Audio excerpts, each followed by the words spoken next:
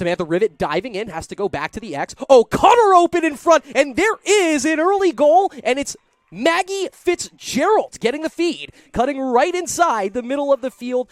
Just takes on her mark, one jab step to the right, slips it right back. I mean, that's just a classic lacrosse give and go right there. And Stasinski pots it for the Hawks. They're in midfield for both teams.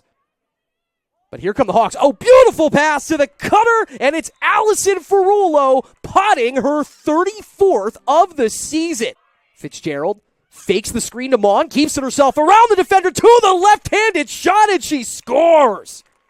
Maggie Fitzgerald flips it back over to Kastner, low shot, and a save. Nicely read by Elizabeth Driscoll as Kastner trying to go 3 for 3 on shots and scores. Misses wide, but the Hawks operating quickly. Centering pass finds Sabatka, and it's Kendra Sabatka slotting it in for Sullivan.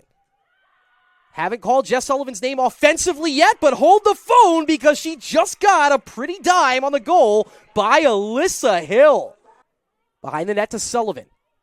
Just got her team leading 51st point of the contest, and she gets 52 on the dime right there. It's Allison Ferrulo for the second time today. To Balboni.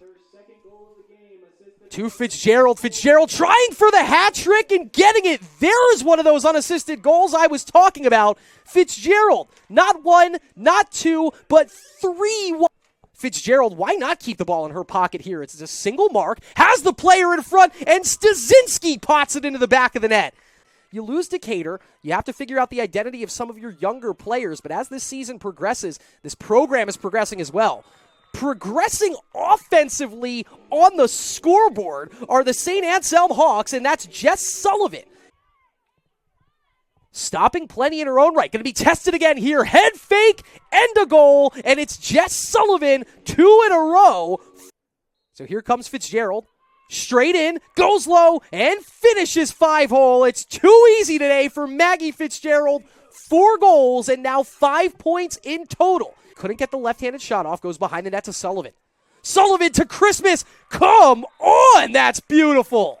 Jess Sullivan, 4 assists now, 6 points now, and that's as easy as it gets for both Sullivan and Abigail Christmas. And now Rivet takes it. Rivet has Alyssa Hill to her left. Instead, jab step, pretty footwork, and a prettier finish. Samantha Rivet, her first goal, her second point of the afternoon, spins to get that long shot off. Instead, floats it behind the net to Sullivan.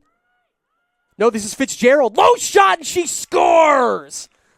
You can count them on one hand, but you're running out of room. Maggie Fitzgerald, her 5th of the contest.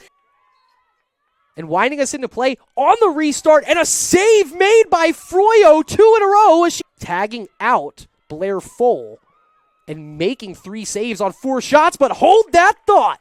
Lucy Mon, she had been everywhere except the scorer's column, but for no longer. Her 3rd shot, her first goal. Oh, Balboni around the defender, right-handed shot, and she scores! I was just going to mention JC Balboni cheering section in the front row of Grapponi Stadium, and she answers the bell, giving the family something to celebrate. Peel off her momentum at the last second. Now Frucci. Wow, in tight space, goes 5-hole and puts it in. Brianna Frucci had been around the net all game long, and that will do it. An uncharacteristic loss earlier this week countered with a resounding win here at home. The final, the Saint Anselm Hawks 18, the Daemen University Wildcats 5. With the win, St. A's moves to 9-5 on the season.